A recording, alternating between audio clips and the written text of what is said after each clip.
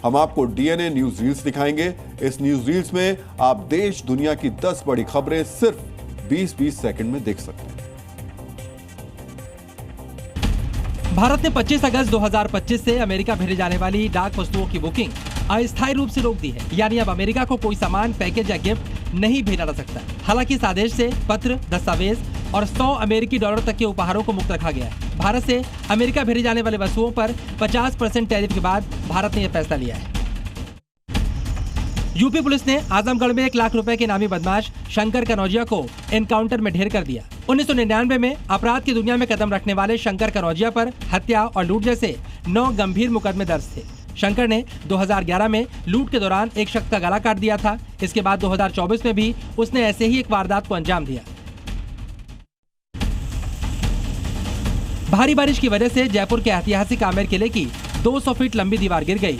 जयपुर में सुबह से तेज बारिश हो रही थी। दोपहर करीब 2 बजे हादसा हुआ। हादसे में किसी की जान नहीं गई है। आमेर किले का निर्माण कछवाहा शासक राजा मान सिंह ने 16वीं शताब्दी में प्रारंभ करवाया था। अमेरिका के लुसियाना में एक ऑटो फैक्ट्री में भीषण आग लग गई। पहले फैक्ट्री के अंदर एक बड़ा धमाका हुआ और धमाके के बाद आग की लपटें पूरी फैक्ट्री में फैल गई। ये फैक्ट्री लुसियाना के रोजलैंड में है। आग के बाद पूरे इलाके में धुआं फैल गया, जिसकी वजह से इमरजेंसी लागू कर दी गई है। रोजलैंड का मुख्य हाईवे और स्कूल भी बंद कर दिए गए हैं। डोनाल्ड ट्रंप ने अपने भरोसेमंद अधिकारी सर्जियो गोर को भारत में अमेरिकी राजदूत नियुक्त किया। एक सोशल मीडिया पोस्ट में डोनाल्ड ट्रंप ने इसका ऐलान किया। सर्जियो गोर भारत में अमेरिकी राजदूत के अलावा दक्षिण और मध्य एशिया में अमेरिका के विशेष दूत का काम भी संभालेंगे। सर्जियो गोर का जन्म उज्बेकिस्तान में हुआ था और वो भारत में अमेरिका के सबसे कम उम्र के राजदूत होंगे। अहमदाबाद क्राइम ब्रांच ने गाजा पीड़ितों के नाम पर गुजरात की मस्जिदों से धन जुटाने वाले गिरोह का खुलासा किया। पुलिस ने सीरिया से संबंध रखने वाले गिरोह के एक सदस्य अली मेघात अल अजहर को गिरफ्तार किया। ये पैटर्न वीजा पर भारत आया था।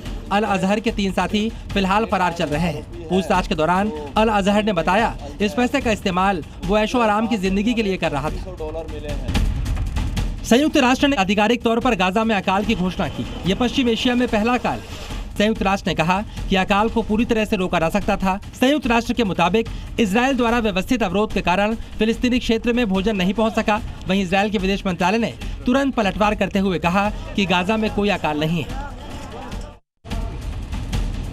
गाजियाबाद की ब्रह्मपुत्र एन्क्लेव सोसाइटी में स्ट्रीट डॉग को खाना खिलाने को लेकर विवाद हो गया, जिसका वीडियो भी सामने आया है। इस वीडियो में एक शख्स लड़की को लगातार थप्पड़ मारता दिखाई दे रहा है। ये लड़की डॉग को खाना खिला रही थी, जिसके बाद दोनों के बीच बहस शुरू हुई, जो बाद में मारपीट में तब्दील हो गई। राजधानी दिल्ली में आज एक बार फिर बरसात हुई। दोपहर के वक्त ही बारिश की बूंदें पड़नी शुरू हो गईं और शाम होते होते बरसात तेज हो गई। बरसात की वजह से दिल्ली वालों को उमस भरे मौसम से राहत तो मिली, लेकिन बरसात होने की वजह से यमुना का जलस्तर बढ़ने की आशंका भी तेज हो गई है। अगर बरसात जारी रही तो यमुना किनारे बसे इलाकों में दिक्कतें बढ़ सकती हैं। भारी बरसात की वजह से देश के अलग अलग राज्यों में बाढ़ का प्रकोप जारी है। बिहार के नालंदा और जहानाबाद में बरसात की वजह से फल्गु नदी का जलस्तर बढ़ गया, जिससे नदी किनारे बसे इलाकों में बाढ़ आ गई। राजस्थान के टोंक में भी बरसात की वजह से भारी जलभराव देखा गया। तो यूपी के उन्नाव में भी बाढ़ की वजह से कई तहसीलों के ग्रामीण इलाके पूरी तरह जलमग्न हो गए हैं।